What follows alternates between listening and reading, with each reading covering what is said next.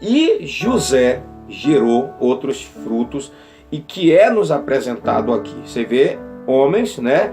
Seus irmãos, Tiago, José e Simão e Judas. E esse Judas que está aqui não é o Judas Iscariotes.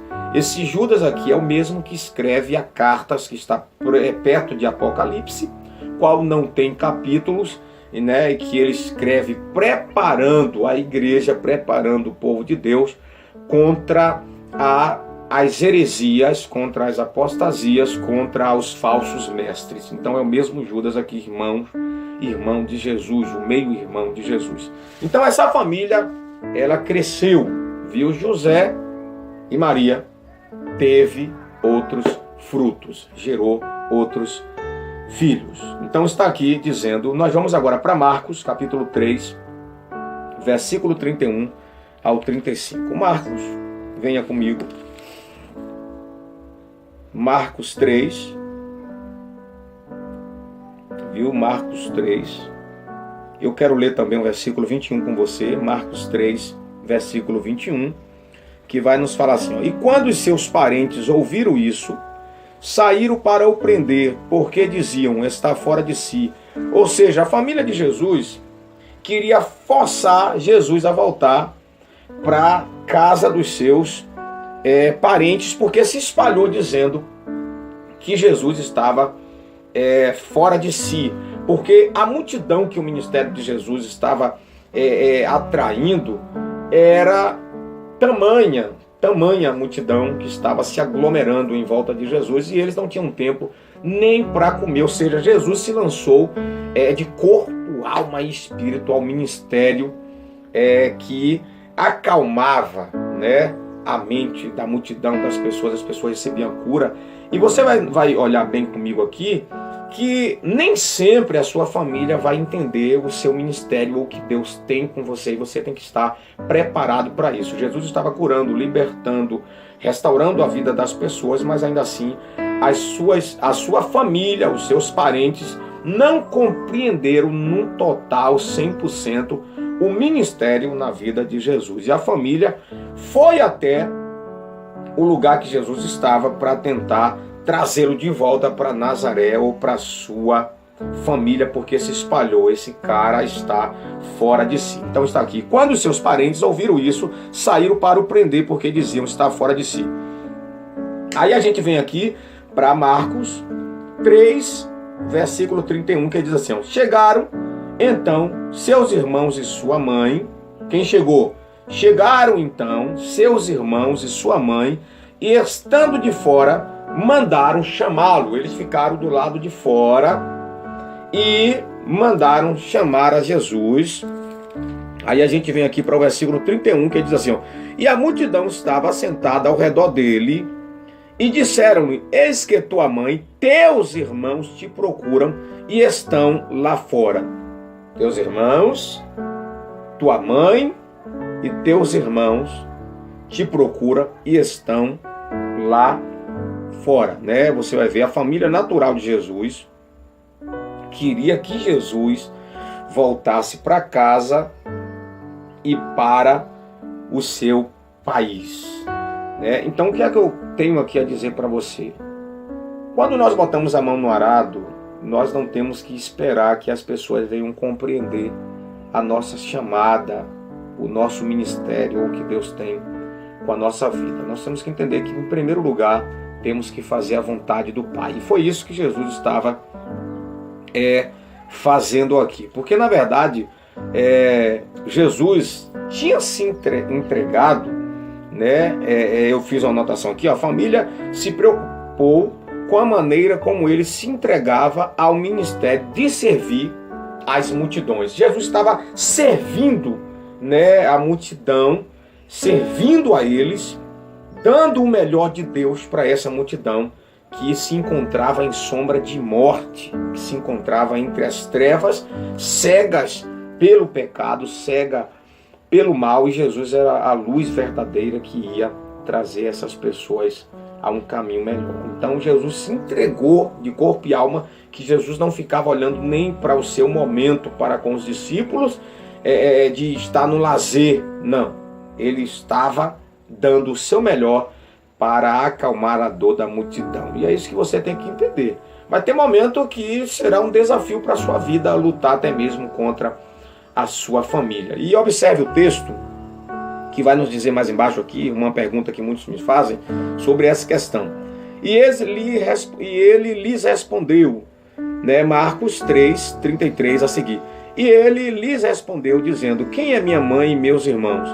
E olhando em redor para os que estavam assentados junto dele, disse: eis que minha mãe e meus irmãos, porquanto qualquer, eis aqui minha mãe e meus irmãos, porquanto qualquer que fizer a vontade de Deus, esse é meu irmão e minha irmã e minha mãe.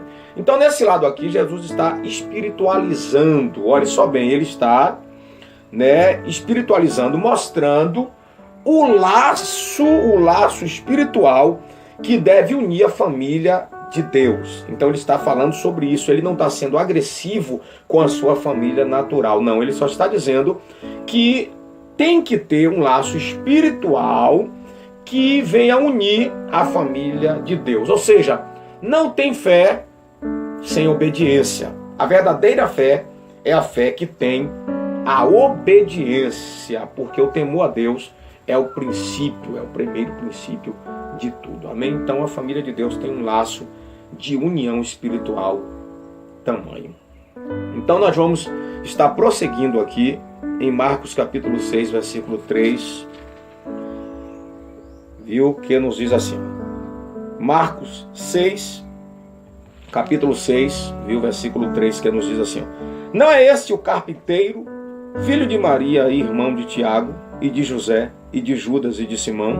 E não estão aqui conosco suas irmãs? Então observe, vai outro texto nos mostrar mais uma vez os frutos de José e Maria, os meios irmãos de Jesus. Não é este o carpinteiro, filho de Maria, irmão de Tiago, e de José, e de Judas, e de Simão?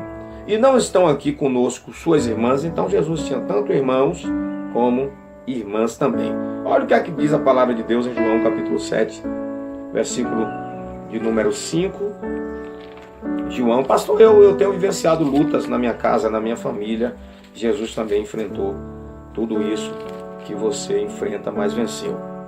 Olha o que a palavra de Deus vai nos dizer: porque nem mesmo seus irmãos criam nele. Ou seja, nem mesmo os irmãos de Jesus, até esse ponto do contexto da história, o contexto histórico, nem mesmo nesse exato momento, Jesus, mesmo realizando milagres, maravilha, conseguiu convencer a sua família acerca do seu ministério. Porque a palavra de Deus está dizendo: porque nem mesmo seus irmãos criam nele, acreditavam no seu ministério. João 7, né? Nós lemos agora João 7, versículo 5, e nós vamos ler agora João 7, versículo 10, que nos diz assim: mas quando seus irmãos já tinham subido à festa, então subiu ele também, não manifestamente, mas como em oculto. Mas quando seus irmãos já tinham subido à festa, então seus irmãos, né, mostra-nos a palavra de Deus que o relacionamento de Maria e José gerou, né, outros frutos além de Jesus Cristo. Jesus, né, por intermédio do Espírito Santo, veio a este mundo para salvar o pecador, né, do caminho tenebroso. Mas depois que Jesus nasceu, Maria e José continuou a sua vida normal, viu, com o seu relacionamento normal, comum, pessoas casadas. Olha o que a palavra de Deus vai nos dizer em Atos capítulo 1, versículo 14. Se você quiser, você me acompanha. Atos 1, versículo 14, que nos diz assim: todos esses perseveravam unanimemente em oração juntos e súplicas com as mulheres e Maria, mãe de Jesus, e com seus irmãos. Ou seja, aqui em Atos, no capítulo 1, no versículo 14, mostra que a igreja está reunida em oração, esperando a promessa do Pai, a promessa que disse ele, a promessa da descida do Espírito Santo.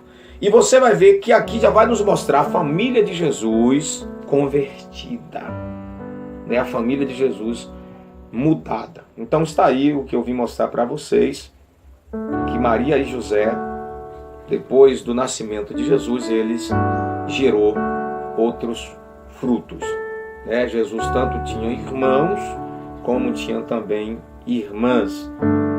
Porque a palavra adelphos é traduzida para primos. Não, irmãos.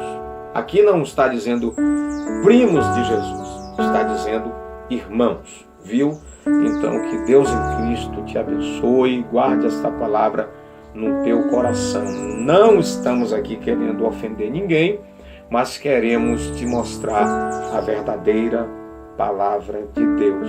Queremos mostrar toda a informação para você à luz da Bíblia. Que Deus em Cristo te abençoe, viu? Daqui a pouco, ou alguns dias aí, eu estou voltando com outros vídeos para mostrarmos as verdades de Deus à luz da Bíblia. Que Deus em Cristo te abençoe.